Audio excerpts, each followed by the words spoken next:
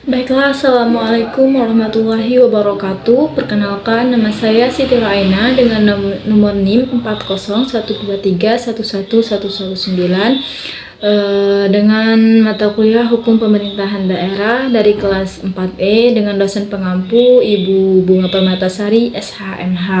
Baiklah, di sini saya akan menjelaskan beberapa materi yang telah disampaikan oleh Ibu Bunga Permatasari beberapa minggu terakhir kemarin. Yang pertama itu tentang desentralisasi. Nah, desentralisasi saat ini itu telah menjadi asas penyelenggara secara universal dengan berbagai macam bentuk aplikasi di setiap negara. Penerimaan desentralisasi sebagai asas dalam penyelenggaraan pemerintah disebabkan oleh beberapa fakta. Di antaranya yang pertama itu tidak semua urusan pemerintahan dapat diselenggarakan secara secara sentralisasi. Terus yang kedua itu mengingat kondisi geografisnya. Terus yang ketiga itu kompleksitas perkembangan masyarakat.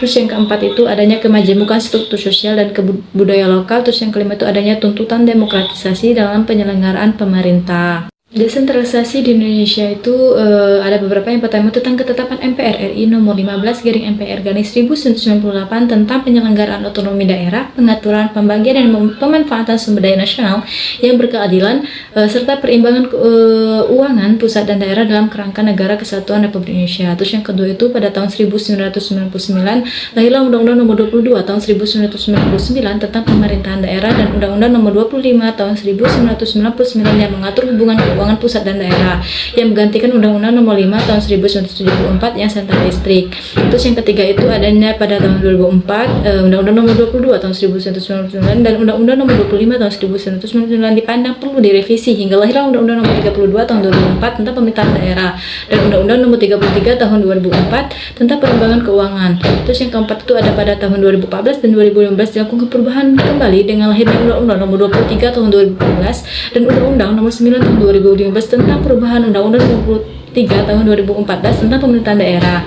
Terus Undang-Undang nomor 1 tahun 2002 tentang hubungan keuangan antara pemerintahan pusat dan pemerintahan daerah. Baiklah, sekarang kita masuk ke definisi. Nah, definisi pertama itu pemerintah menurut Dr.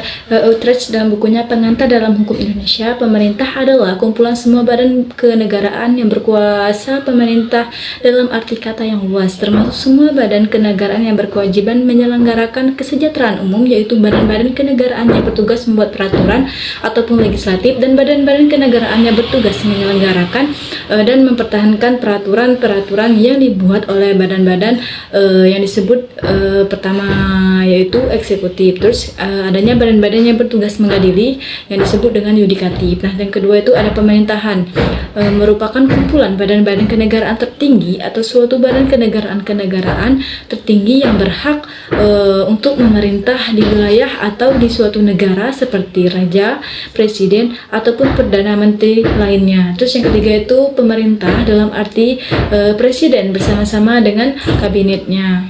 Selanjutnya itu pemerintahan. Nah, kegiatan penyelenggara negara guna memberikan pelayanan dan perlindungan bagi segenap warga masyarakat, melakukan pengaturan, mobilisasi semua sumber daya yang diperlukan serta membina hubungan baik di dalam lingkungan negara ataupun dengan yang lainnya. Ini merupakan pendapat dari Syaukani, HR Afan Ghaffar dan Riyaz Rashid dalam bukunya Otonomi Daerah dalam Negara Kesatuan. Terus yang kedua itu adanya segala aktivitas yang dilakukan negara guna menyelenggara kesejahteraan rakyat serta kepentingan negara yang meliputi eksekutif, legislatif, dan juga yudikatif dari pemerintahan pusat sampai ke daerah, dan ini merupakan arti dalam artian luasnya. Nah, gitu. Terus yang ketiga itu ada segala aktivitas yang diselenggarakan hanya oleh eksekutif saja, dalam hal ini presiden, raja, ataupun perdana menterinya, dan ini merupakan dalam artian sempit. Selanjutnya masuk ke pemerintahan daerah dalam arti luas dan sempitnya. Nah, pemerintahan daerah merupakan penyelenggara pemerintah oleh lembaga-lembaga kekuasaan di daerah yang ada perkembangannya di Indonesia yang terdiri dari kepala daerah dan DPRD. Nah, dalam arti yang sempit adalah hanya penyelenggara oleh kepala daerahnya saja gitu. Terus kita masuk ke definisi pemerintahan daerah itu menurut Undang-Undang nomor 23 tahun 2014. Nah, pemerintahan daerah adalah penyelenggara urusan pemerintahan oleh pemerintah daerah dan DPRD menurut asas otonomi otonomi dan tugas pembantuan.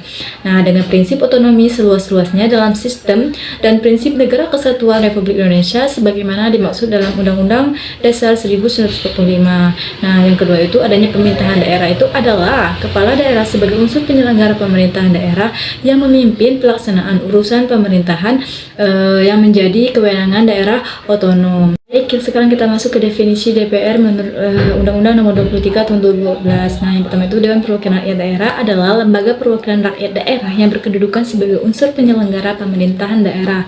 Terus yang kedua itu urusan pemerintahan daerah itu adalah kekuasaan pemerintah yang menjadi kewenangan presiden yang melaksanakannya itu dilakukan oleh Kementerian Negara dan penyelenggara pemerintah daerah untuk melindungi, melayani, memberdayakan, dan mesejahterakan masyarakat. Terus kita masuk ke definisi menurut Undang-Undang Nomor 23 Tahun 2014. Ya, ini tentang otonomi daerah. Nah, otonomi daerah itu adalah hak, wewenang, dan kewajiban daerah otonom untuk mengatur dan mengurus sendiri urusan pemerintah dan kepentingan masyarakat setempat dalam sistem negara kesatuan Republik Indonesia. Nah, yang kedua itu pemerintahan pusat adalah Presiden RI yang memegang kekuasaan pemerintahan yang dimana negara Republik Indonesia yang dibantu oleh Wakil Presiden dan Menteri-menterinya sebagaimana dimaksud dalam Undang-Undang Dasar Negara Republik Indonesia tahun 1945. Berikutnya itu dasar pemerintahan daerah. Pelaksanaan pemerintahan daerah merupakan salah satu aspek struktural dari suatu negara sesuai dengan pandangan bahwa negara sebagai sebuah organisasi jika dilihat dari sudut ketatanegaraannya.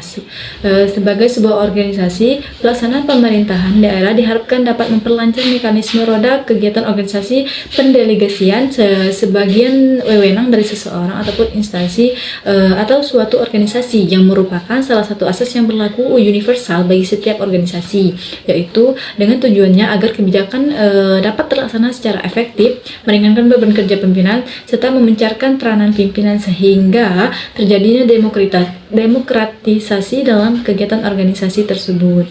Nah, selanjutnya itu penyelenggara pemerintahan daerah itu disesuaikan dengan amanat Undang-Undang RI, Undang-Undang Dasar Negara Republik Indonesia tahun 1945, yaitu pemerintahan daerah yang mengatur dan mengurus sendiri urusan pemerintahan menurut asas otonomi dan tugas pembantuan diarahkan untuk mempercepat terwujudnya kesejahteraan masyarakat melalui peningkatan pelayanan, pemberdayaan, dan peran serta masyarakat serta peningkatan daya saing daerah dengan memperhatikan prinsip-prinsip demokrasi, pemerataan, keadilan, keistimewaan, dan kekhususan suatu daerah dalam sistem negara kesatuan Republik Indonesia. Selanjutnya itu dasar pemegang pemerintah daerah yang ketiga itu yaitu pemerintahan daerah dalam rangka meningkatkan efisiensi dan efektivitas penyelenggaraan otonomi daerah perlu memperhatikan hubungannya antara susunan pemerintahan dan antar pemerintahan daerah demi potensi dan keanekaragaman daerahnya. Aspek hubungan wewenang memperhatikan kekhususan dan keragaman daerah dalam sistem negara kesatuan Republik Indonesia. Terus masuk ke konsep pemisahan dan pembagian kekuasaan. Nah, menurut John Locke itu ada tiga. Yang pertama itu legislatif, eksekutif, dan federatif. Sedangkan menurut Montesquieu juga ada tiga. Yang pertama itu legislatif, terus kedua itu eksekutif, dan yang terakhir itu yudikatif. Dan yang membedakannya itu yang di nomor 3. Nah, terus kita masuk ke pembagian kekuasaan dalam rangka menyelenggarakan kepentingan rakyat, mencegah kesewenang-wenangannya. Artinya itu ada batasan-batasan dari penyelenggara negara tersebut. Nah, kita sekarang masuk ke konsep pemisahan dan pembagian kekuasaan. Nah, kalau menurut Miriam Budiarjo itu ada dua, yaitu konsep pembagiannya itu secara horizontal dan secara vertikal. Oke, sekarang kita masuk ke materi otonomi daerah. Berdasarkan pasal 18 Undang-Undang Dasar Negara Republik Indonesia mengatakan bahwa negara kesatuan Republik Indonesia dibagi atas daerah-daerah provinsi dan daerah provinsi itu dibagi atas kabupaten dan kota. Yang tiap-tiap provinsi, kabupaten dan kota itu punya pemerintahan daerah yang diatur dalam undang-undang dan Undang-Undang Dasar Negara Republik Indonesia. Adapun pengertian otonomi daerah yang pertama itu menurut Aten Syafruddin, otonomi daerah adalah hak wewenang dan kewajiban daerah untuk mengurus dan mengatur rumah tangganya sendiri sesuai dengan peraturan perundang-undangan yang berlaku. Yang kedua itu menurut Bagirmanan, otonomi adalah kebebasan dan kemandirian satuan pemerintahan lebih rendah untuk mengatur dan mengurus sebagian urusan pemerintahannya. Adapun yang ketiga itu menurut Kuntara Magnar, otonomi daerah adalah bagian keseluruhan dari usaha wujud kedaulatan rakyat dalam memerintah. Jadi otonomi itu merupakan implementasi dari demokrasi. Nah, yang keempat itu menurut Indra Perwira, otonomi itu merupakan wujud pelaksanaan demokratisasi di daerah. Oke, sekarang itu asas penyelenggara pemerintahan. Yang pertama itu ada desentralisasi, yang kedua dekonsentrasi, yang ketiga itu adalah tugas pembantuan. Nah, asas otonomi daerah yang pertama itu desentralisasi, yaitu penyerahan urusan pemerintahan oleh pemerintahan pusat kepada pemerintahan daerah otonom berdasarkan asas otonomi daerahnya. Terus yang kedua itu dekonsentrasi, yaitu pelimpahan sebagian urusan pemerintahan dari pemerintahan pusat kepada gubernur sebagai wakil pemerintahan pusat, instansi vertikal dan atau bupati, wali kota sebagai penanggung jawab urusan pemerintahan umum. Nah, yang ketiga itu ada tugas pembantuan. Nah, di mana tugas pembantuan itu merupakan penugasan dari pemerintahan pusat kepada daerah otonom atau antar tingkatan daerah untuk melaksanakan sebagian urusan pemerintah. Sekarang kita masuk ke tujuan otonomi daerah, di mana ada tiga. Yang pertama itu politik, yang kedua itu sosial dan budaya, terus yang ketiga itu ekonomi. Tujuan otonomi daerah yang pertama itu kan meningkatkan pelayanan kesejahteraan masyarakat yang semakin membaik. Terus yang kedua itu adanya pengembangan kehidupan demokrasi, keadilan dan pemerataan. Terus yang ketiga itu pemeliharaan hubungan yang serasi antara pusat dengan daerah dan antar daerah dalam menjaga keutuhan NKRI atau Negara Kesatuan Republik Indonesia. Terus yang keempat itu mendorong pemberdayaan masyarakat. Terus yang kelima itu adanya menumbuhkan prakarsa, kreativitas dan peran serta masyarakat dan dalam mengembangkan peran dan fungsi DPRD atau Dewan. Sekarang kita masuk ke jenis otonomi. Yang pertama itu ada material yang terdiri rinci, tegas, dan limitatif. Yang kedua itu formil, tidak ada batas kecuali urusan pusat dan daerah tingkat atasannya. Terus yang ketiga itu real, yaitu kombinasi material dan formil. Terus asas pelaksanaan otonomi daerah yang ada tiga. Yang pertama itu otonomi luas, yang kedua itu adanya otonomi nyata, terus yang ketiga itu otonomi tanggung jawab. Sekarang kita masuk ke prinsip pelaksanaan otonomi daerah. Yang pertama itu memperhatikan aspek demokrasi, keadilan, pemerataan, potensi, dan keragaman. Terus yang kedua itu adanya otonomi luas dan utuh diletakkan pada kabupaten ataupun kota, sedangkan provinsi hanya otonomi terbatas. Terus yang ketiga itu adanya pelaksanaan otonomi daerah harus sesuai dengan konstitusi negara sehingga tetap terjalin hubungan pusat, daerah, dan antar daerah. Terus yang keempat itu harus memperhatikan kemandirian daerah otonom serta di dalam kabupaten ataupun kota tidak ada lagi wilayah administratif.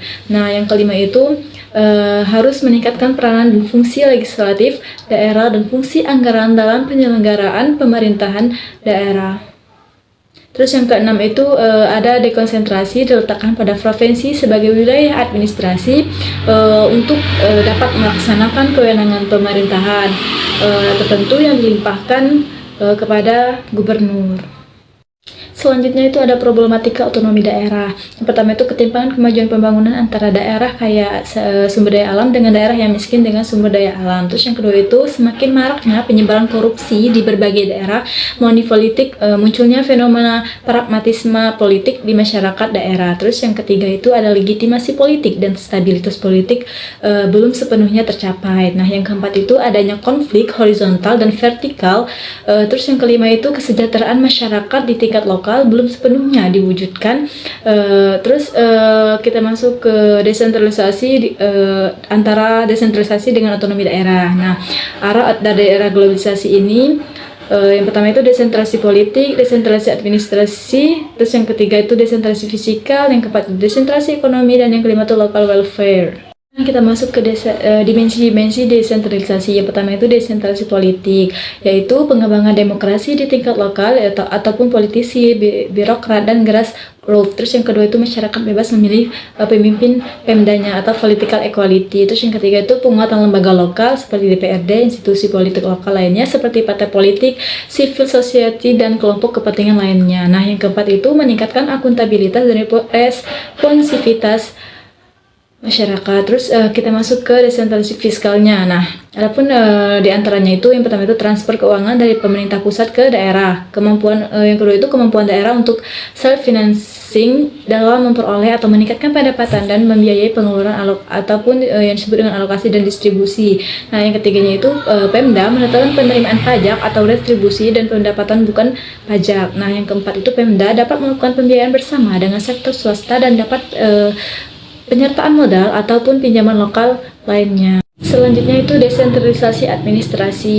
Yang pertama itu ada delegasi kekuasaan ataupun kewenangan ataupun urusan pemerintahan dari pusat kepada daerah. Nah, yang kedua itu menekankan pada aspek efisiensi, efektivitas dan akuntabilitas pemerintahan. Terus yang ketiga itu ada Pemda lebih baik dalam menyelenggarakan pelayanan publik atau the closer the better service. Nah, yang keempat itu ada Pemda lebih banyak berekreasi dan berinovasi dalam hal penyelenggaraan pemerintah ataupun Pemda transformatif, kolaboratif, inovatif, dan digital for otonomi daerah.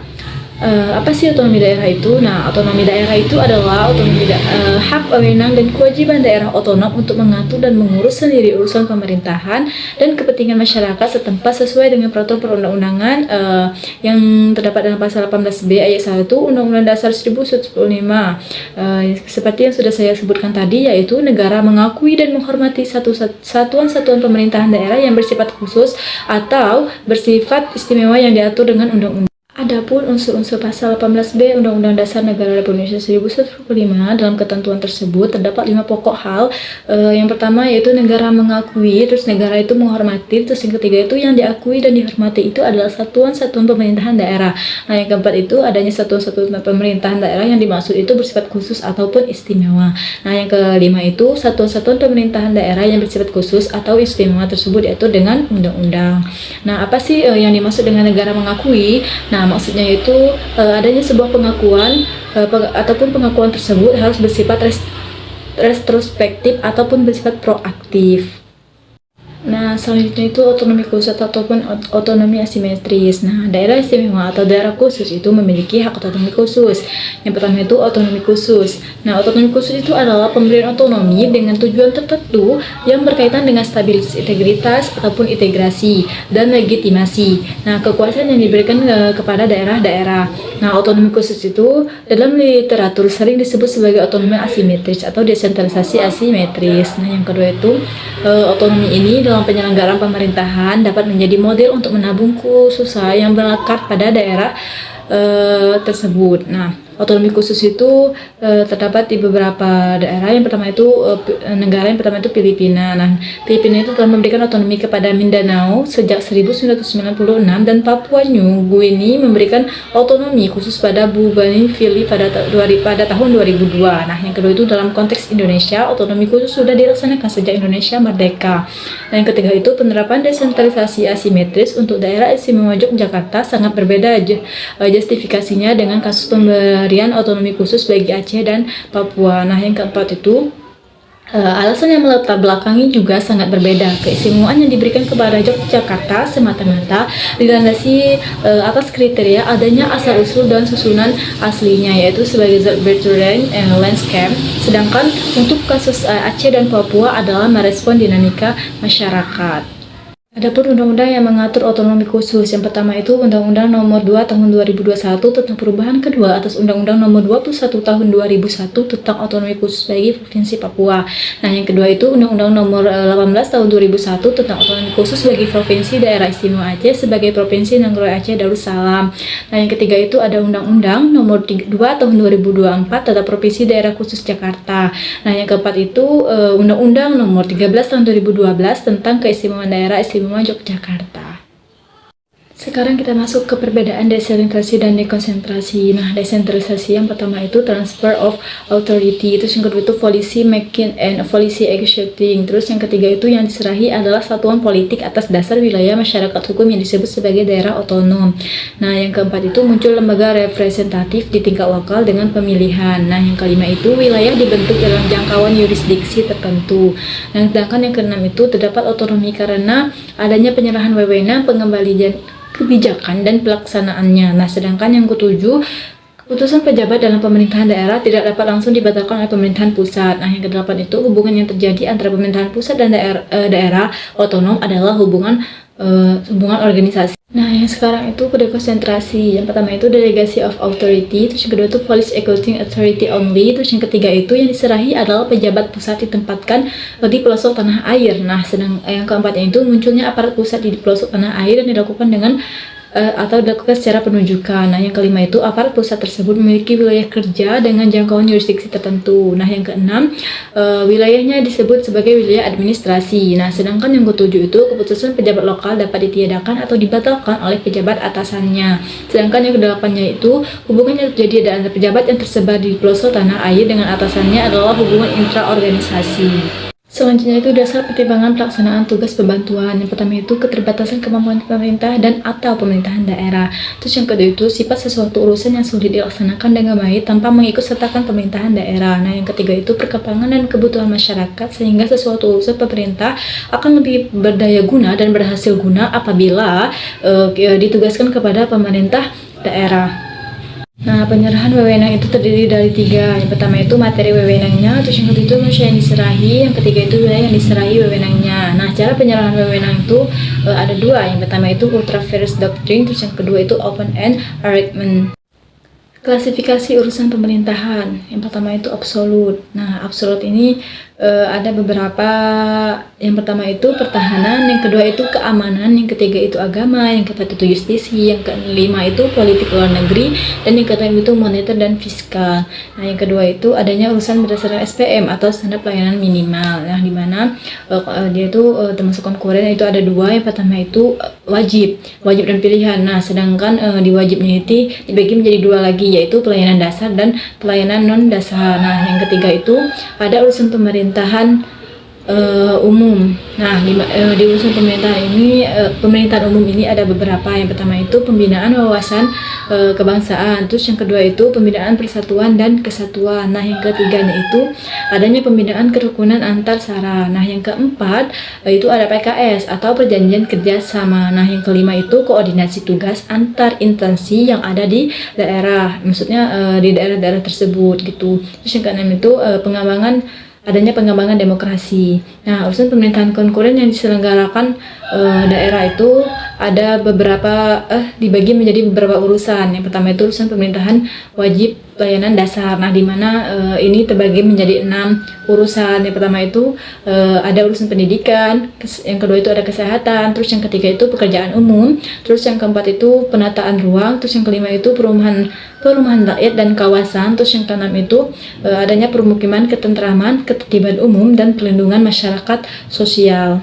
Terus urusan pemerintahan wajib dan non pelajar dasar. Nah, di sini itu ada 13 urusan. Yang pertama itu pemberdayaan perempuan, terus yang kedua itu perlindungan anak, terus yang ketiga itu tenaga kerja, yang keempat itu pangan pertahanan, terus yang kelima itu lingkungan hidup, terus yang keenam itu adanya administrasi kependudukan, terus dan pencatatan sipil, dan yang ketujuh itu adanya pemberdayaan masyarakat dan desa. Nah, yang ke-8 itu pengadilan pendudukan dan keluarga berencana.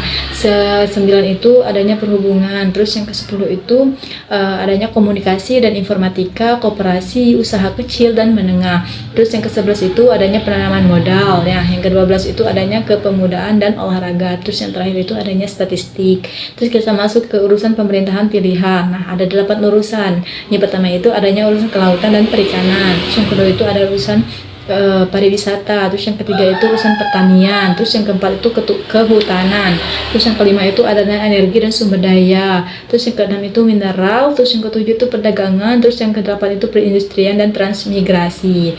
Terus yang terakhir itu adanya urusan berbasis ekosistem. Nah, berbasis ekosistem ini ada 4.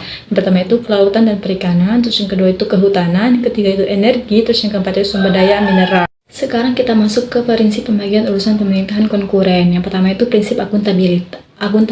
Nah, pertanggungjawabannya penyelenggaraan suatu urusan pemerintahan ditentukan berdasarkan kedekatannya dengan luas, besaran, dan jangkauan dampak yang ditimbulkan oleh penyelenggara suatu urusan pemerintah.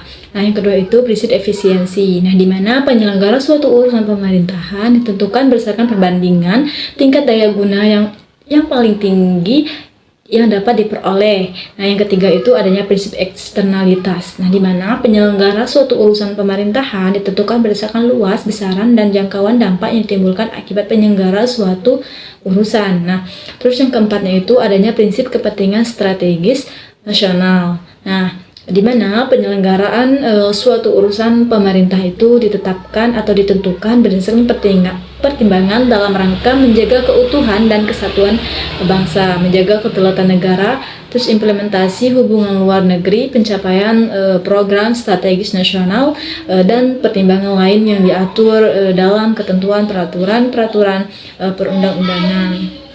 Kewenangan daerah provinsi yang berjadikan kedaulatan. Nah, yang pertama itu kewenangan untuk mengelola sumber daya alam di laut yang ada di wilayahnya. Paling jauh 12 mil diukur dari garis pantai ke arah laut lepas atau ke arah perairan kepulauan.